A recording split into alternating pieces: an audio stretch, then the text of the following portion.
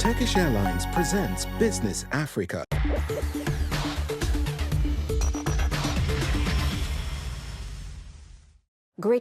Bonjour et bienvenue dans cette nouvelle édition de Business Africa. Je suis votre hôte, Afolake Oyinloye. Voici les titres.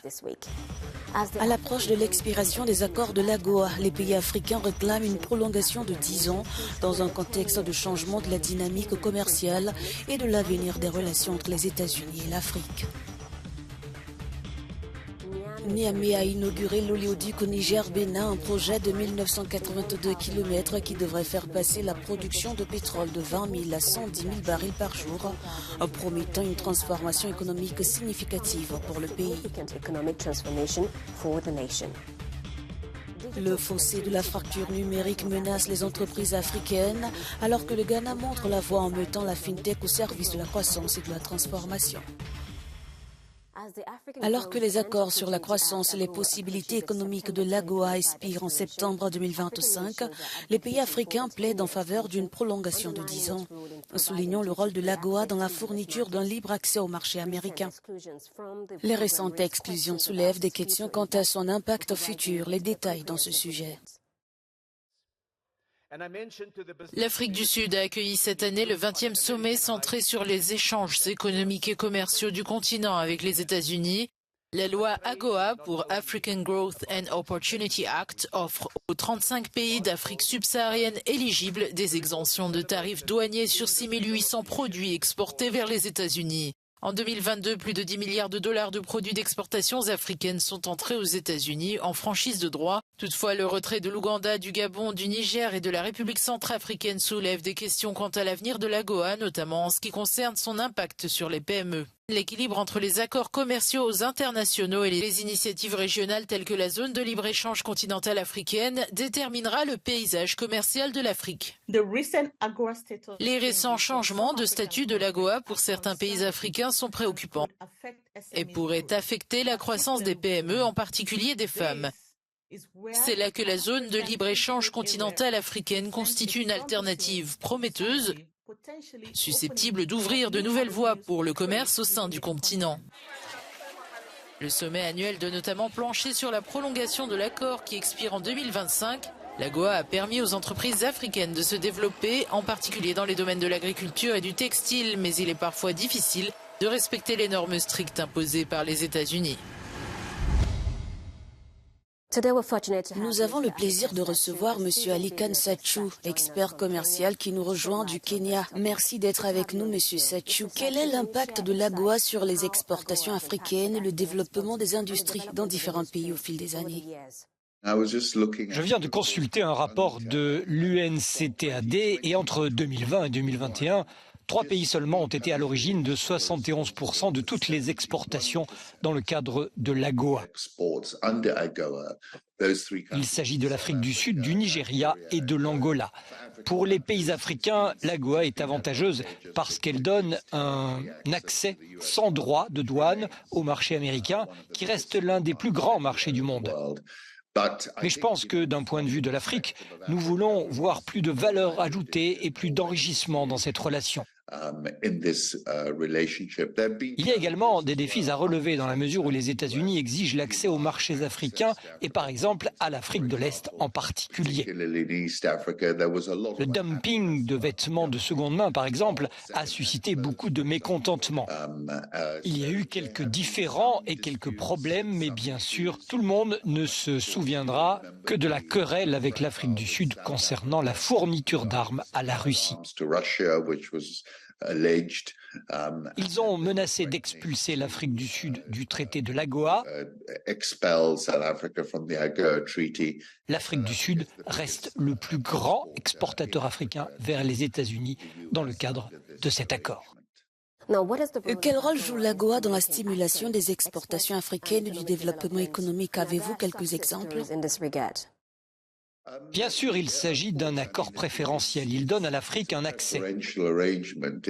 Je pense qu'il s'agit d'environ 5000 possibilités d'exportation sans droit de douane pour l'Afrique vers les États-Unis. Bien sûr, l'éventail des exportations actuelles est beaucoup plus restreint.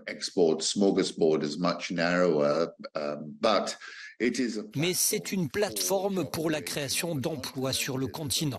Il s'agit d'une plateforme permettant à l'Afrique d'accéder aux marchés américains de manière préférentielle et je pense qu'elle a été un succès sur toute la ligne et qu'elle constitue un instrument important pour le rapprochement de l'Afrique et des États-Unis.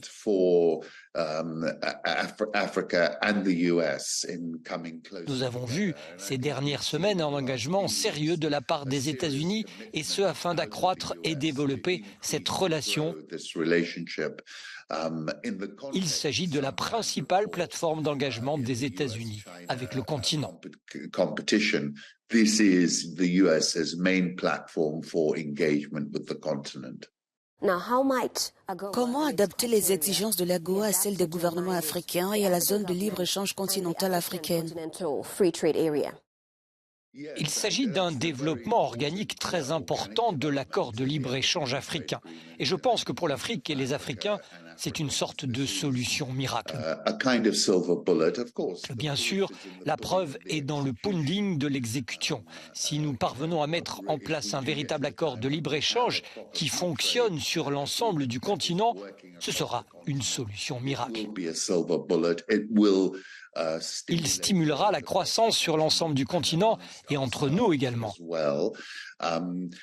Mais je pense que dès que cet accord commencera à fonctionner, l'Afrique verra ses échanges commerciaux augmenter de manière significative, et ce grâce à l'AGOA. Car nous aurons des marchés plus efficaces qui produiront des biens à des prix plus avantageux pour le marché mondial de l'exportation et seront en mesure de mieux tirer parti de cet accord. Je pense aussi que les traités de l'AGOA forment l'instrument qu'ils vont utiliser pour parvenir à un meilleur alignement et à une meilleure synchronisation entre les États-Unis et le continent africain.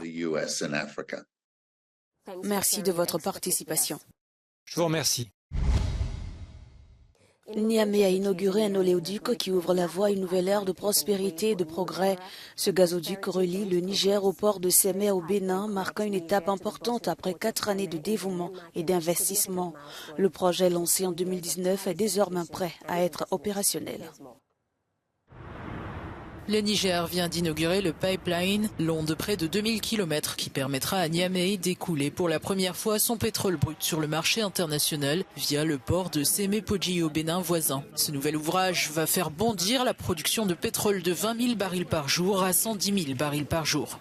Ce seront désormais plus de 90 000 barils par jour de pétrole brut qui seront destinés à l'exportation, en plus des premières quantités alimentant la raffinerie de Zinder. Pour atteindre cette nouvelle étape, notre pays a dû réaliser l'un des plus grands investissements de son histoire avec un coût total de plus de 3 000 milliards. Un pétrole dont l'exportation va générer au Niger plus du quart de l'équivalent de son PIB en termes de retour dans les caisses de l'État et au moins 50% des recettes fiscales du pays. Selon le Premier ministre, les ressources qui seront issues de la production de la phase 2 seront destinées exclusivement à assurer le développement du Niger sur la base d'un partage équitable afin que l'ensemble de la population nigérienne en profite.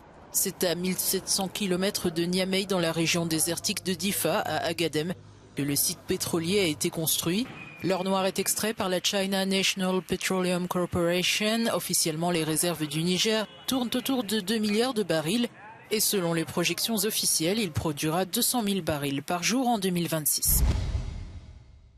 La connectivité numérique reste un problème majeur en Afrique où la moitié de la population n'est pas connectée. Combler ce fossé d'ici à 2030 pourrait débloquer des opportunités économiques considérables, avec un impact sur le PIB et de nombreux secteurs d'activité. Le Ghana tire déjà profit avec des mesures de cybersécurité pour le développement économique.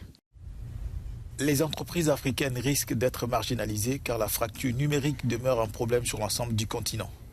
S'exprimant lors du Forum mondial sur la cybersécurité à Riyad, le directeur général du Conseil des télécommunications du SAMENA a souligné l'ampleur du problème. En Afrique, environ 50% de la population est toujours hors ligne, laissée pour compte, comme nous le répétons. Et notre défi serait que tout le monde puisse être connecté d'ici 2030. La connectivité numérique pourrait apporter une énorme manne économique à l'Afrique.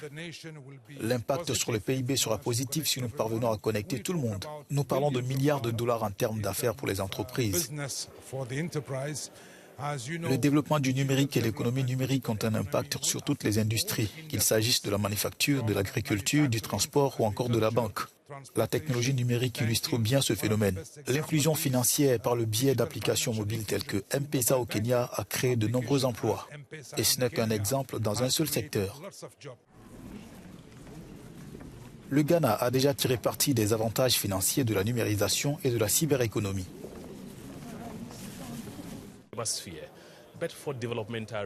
Je pense que les pays africains sont également très intéressés par ce domaine car la cyberéconomie constitue un enjeu stratégique pour nous. Non pas pour des raisons géopolitiques, mais pour le développement économique, en particulier pour les entreprises du continent.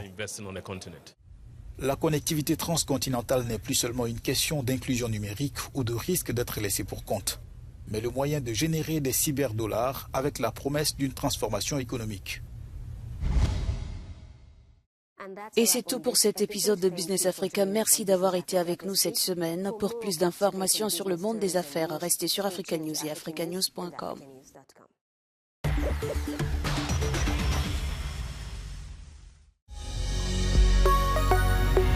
Business Africa was presented by Turkish Airlines.